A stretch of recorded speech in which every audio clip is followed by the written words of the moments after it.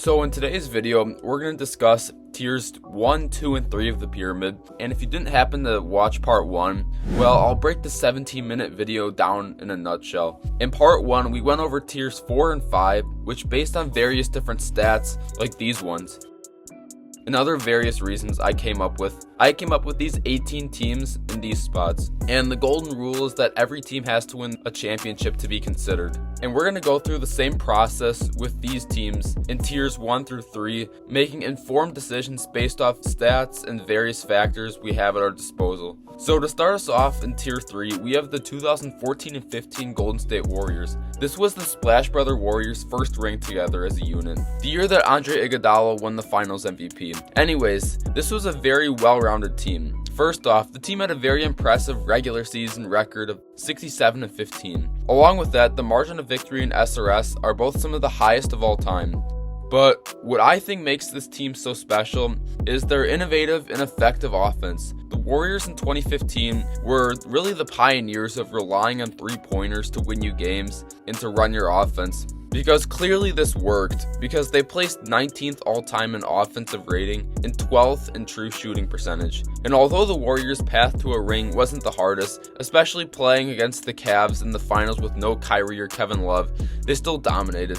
The next team that makes up tier 3 is the 1991 and 92 Chicago Bulls. The 92 Bulls represent the second ring that Michael Jordan and Scottie Pippen got together. In the playoffs, they beat the Heat, the Knicks with Ewing, the Cavs with Mark Price and Larry Nance in the conference rounds, and then they beat the Clyde Drexler Blazers in the finals 4-2. The 92 Bulls had a very high-level regular season with a 67 and 15 record and a margin of victory and SRS slightly north of 10. I think the biggest reason why they found this success was just the sheer offensive talent they had, with MJ, Pippen, and Horace Grant placing 5th all-time in offensive rating. And while the all-time comparisons for defense don't look great here, they were still a very good defensive team. Overall, a team with really no weaknesses. The next team we're going to talk about is the 1971-72 Lakers. And I was so close to putting this team into tier 2, and you'll see why. The Lakers in 1971 and 72 actually hold the longest winning streak of all time. From November 5th, 1971 to January 7th, 1972, the Lakers had a winning streak of 33 games. That's more than 2 months of straight winning. That's a longer streak of winning than the Pistons have of losing in 2023. The team was led by both Wilt Chamberlain and Jerry West, but do you know what's crazy? Neither of these two players were actually the leading scorer on this team. In both the regular season and the playoffs, it was Gail Goodrich who led the team in scoring. It just shows how great this team was. The Lakers in 72 had the second best record of all time at 69 and 13 and had the greatest margin of victory of all time, beating their opponents by an average of 12.28 points. Absolutely insane. Despite what all the stats say, this team was both great at offense and defense. And as we make our way up the pyramid, we're going to start seeing this a lot more often. The next team we have is the 2013 and 14 San Antonio Spurs. The Spurs in 2014 was Tim Duncan's 5th and final ring, where him, with the help of Tony Parker, Manu Ginobili, and most importantly Kawhi Leonard, who won the Finals MVP.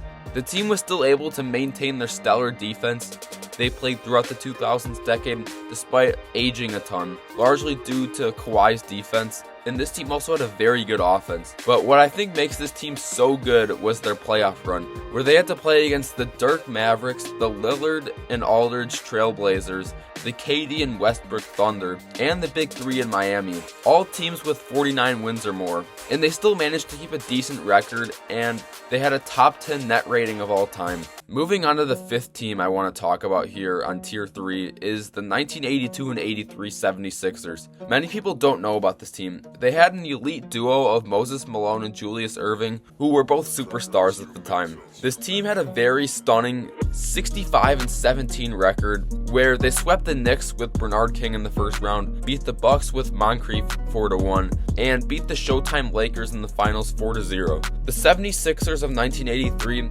actually has the 3rd best playoff record of all time. This team wasn't the clear-cut best at anything, but they're solid enough in every other area. One of the original dynamic duos of the NBA that doesn't get talked about enough. The final team in tier 3 is the 1990 and 91 Chicago Bulls. This was Michael Jordan's very first NBA championship.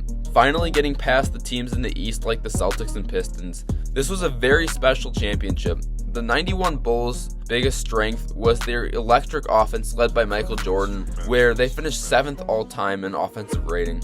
Their margin of victory and SRS are also very impressive, both being top 15 of all time. But the Bulls in the playoffs show truly how dominant they were, beating the Ewing Knicks 3-0. They beat the 76ers with Barkley 4-1. They swept the bad boy Pistons, and they beat the Lakers in the finals 4-1. This puts their playoff record at a dangerous 15-2, where they had a net rating of 13.1. Okay, now moving on to Tier 2. This is where we really start to see some once-in-a-generation teams make an appearance. And the first team we're going to talk about is the 1985 and 86 Boston Celtics. And this was quite the team, with 4 Hall of Famers in the starting lineup, who were all in their prime, by the way. And they had another Hall of Famer in Bill Walton coming off the bench. This team was loaded with talent. There was so much we can talk about with this team.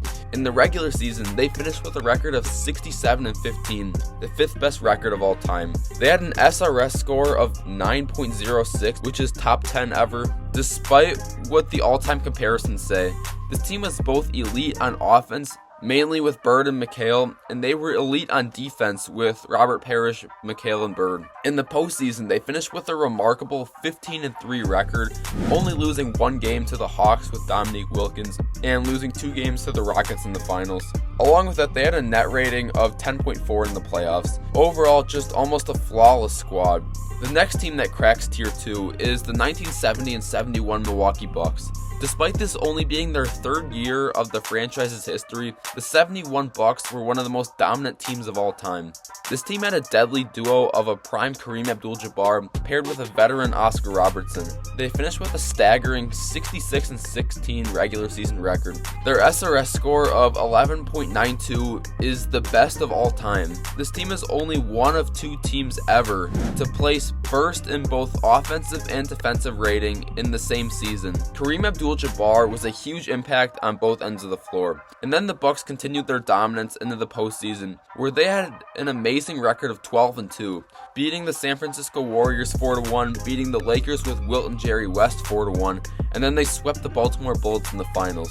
And they were beating teams by 13.4 points per 100 possessions. This championship and level of dominance was so crucial for the prominence of the Milwaukee Bucks franchise, especially this only being their 3rd year of existing. Okay, now the 3rd team that makes up Tier 2 is the 1996 and 97 Chicago Bulls. Yet another Jordan Bulls team that shows up on this pyramid. This was Jordan and Pippen's 5th championship. The duo was starting to get old, but this didn't really seem to affect them, clearly, because the Bulls in 1997 finished with an unreal 69-13 regular season record, 3rd all time.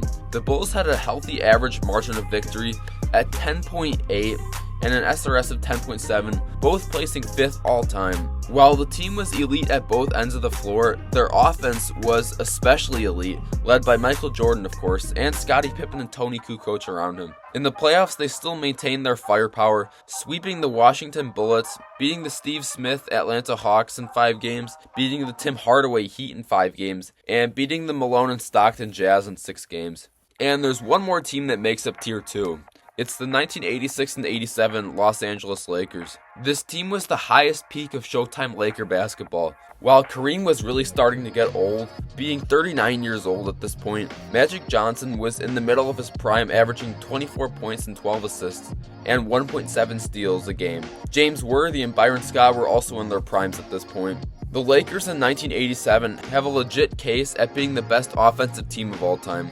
Not only did they have 7 players averaging double figures and 4 players averaging 17 plus points a game in 1987, but they also placed 3rd all time in defensive rating. Along with that, they have a record of 65-17 and an average margin of victory of 9.3 points.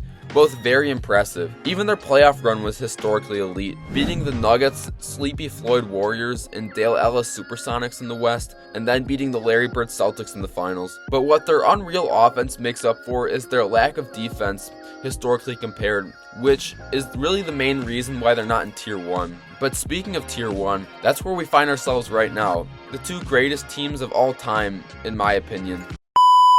So the first team that makes an appearance at the tippity top of the pyramid is the 1995 and 96 Chicago Bulls. And if you even know a lick of basketball, I'm sure you've heard of this team at some point. The 96 Bulls were honestly one of the biggest bright spots in the NBA. Prior to this season, Michael Jordan was out of the league for close to 2 years. After winning in 1993, he retired to play baseball, and this honestly sent a shockwave through the NBA and even the world. Despite MJ retiring, the Bulls had some pretty good seasons, only going down to 55 wins in 1994 and 47 wins in 1995. Going into the 95 and 96 season, the Bulls acquired Dennis Rodman from the Spurs, who was the team's rebounding machine. I mean, literally, just look at these numbers Rodman was putting up. The 96 Bulls are one of 2 teams in NBA history to finish with both the #1 offensive and defensive rating in the league, and the other team is the 1971 Milwaukee Bucks, who we talked about. That's insanely hard to do, almost impossible.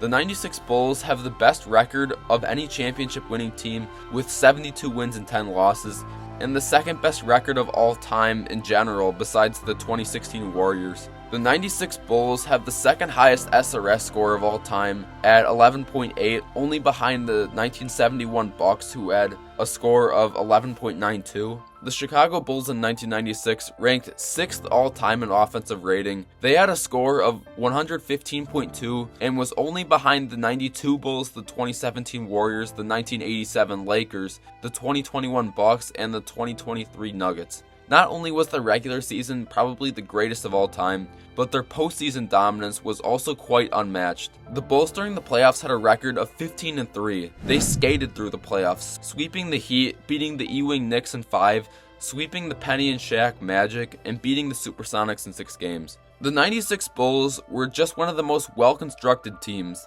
They had every role filled out to the max. They obviously had their main motor on offense in MJ, their defensive stopper and second option on offense with Pippen, their rebounder and defender in Dennis Rodman, their rim protector with Longley, and their depth off the bench. The way that this cohesive team just dominated is something incredibly rare to see. But they're not alone, because the other team that joins them at the very top of the pyramid is the 2016 and 17 Warriors. And we've never seen a team with this much firepower be this successful. You know this is a top 2 undisputed greatest team of all time when you had a record of 73-9 the previous year, the greatest regular season record of all time, and then you add Kevin Durant to your roster, a top 5 player in the league at the time and a top 15 player of all time, in the middle of his prime.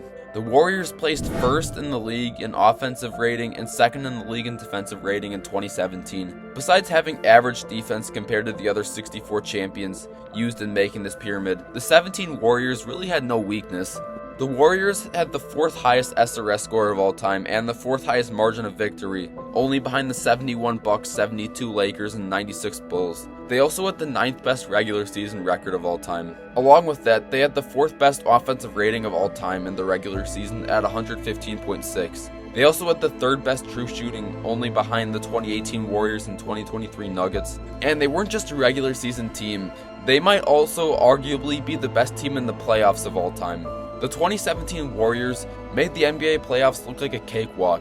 Golden State had the best postseason record of all time at 16-1, and they didn't just beat teams. No, they absolutely ran through them, because their average net rating in the playoffs was 13.5. That's insane. The 2017 Warriors were just a different breed. Just the sheer amount of offensive talent on this team was just too much for the league. And coupled with their unmatched chemistry, you can see how this team made NBA teams look like poorly assembled high school rosters. And that about wraps up the pyramid. I'll give you a second just to take it in, all of these 30 teams. If you have any personal changes you'd make to this pyramid and why, let me know down in the comments below.